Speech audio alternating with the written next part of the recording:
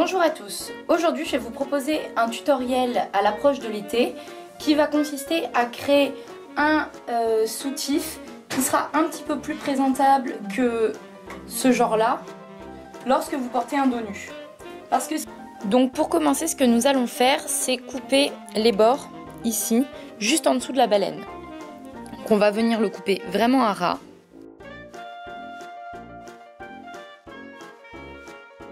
Et pour la bretelle, on va venir couper un petit peu plus loin que le bord pour qu'on puisse plus tard le replier et finir proprement la couture ici.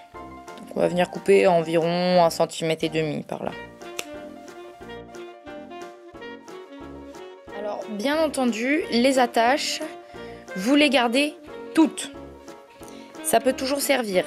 Les fermoirs et les passants des bretelles, ainsi que les petits anneaux en bas. Maintenant, on va passer aux bandes élastiques qu'on va mettre dans le dos. J'ai donc épinglé le soutif sans ses bretelles sur le mannequin. Et on va déterminer la longueur des bandes élastiques à poser. Donc les bandes élastiques, je vais en poser une à ce niveau-là, au niveau le plus haut de la baleine, et un peu plus bas par ici, en fait à peu près aux endroits où se trouvait originalement la bande qui venait se fermer dans le dos. L'avantage, c'est qu'on a les marqueurs qui sont déjà posés.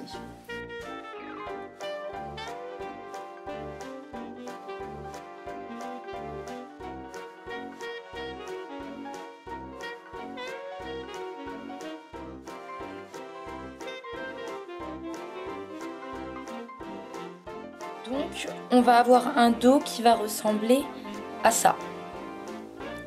Voilà.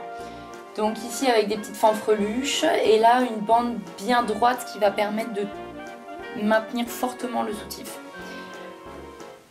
On va coudre ces points ici aux abords de la baleine.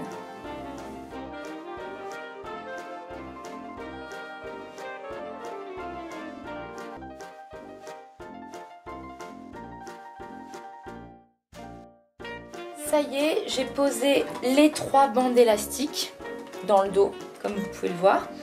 Donc la couture est assez discrète sur les côtés. Vous voyez ici. Donc là c'est fini, vous avez juste à rabattre les petits bouts des bretelles qui dépassent ici pour finir le travail. Et les coudre à l'intérieur du bonnet.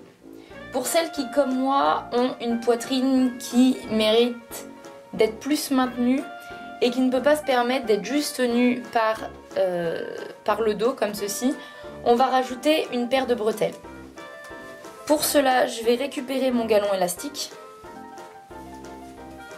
Je vais le coudre juste derrière la bretelle qui est raccrochée au bonnet, sur laquelle, hop, j'aurai effectué un ourlet. Comme ceci. Et je vais venir l'attacher dans le dos. Alors, là vous avez différents choix.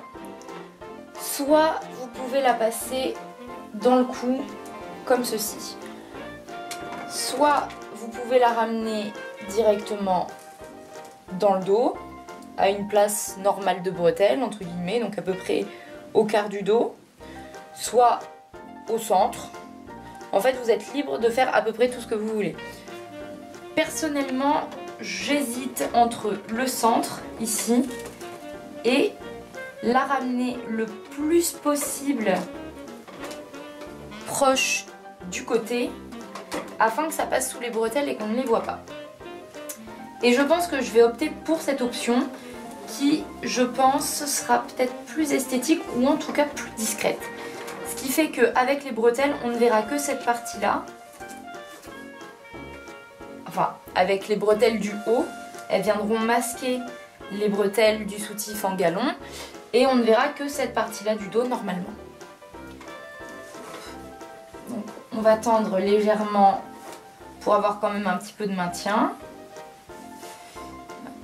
Je pense que cette longueur-là serait idéale. Donc je vais couper à cette longueur et reproduire sur le reste de mon galon élastique une autre bretelle de la même longueur que celle-ci. Et ensuite, je vais venir le coudre à l'intérieur de ma bande élastique, ici, et à l'intérieur de mon bonnet, ici. Donc comme je vous l'ai dit, là vous pouvez vous en donner à cœur joie sur la déco, venir prolonger la bretelle jusqu'en bas, venir la mettre sur le centre, bref, libre à vous de vous faire plaisir.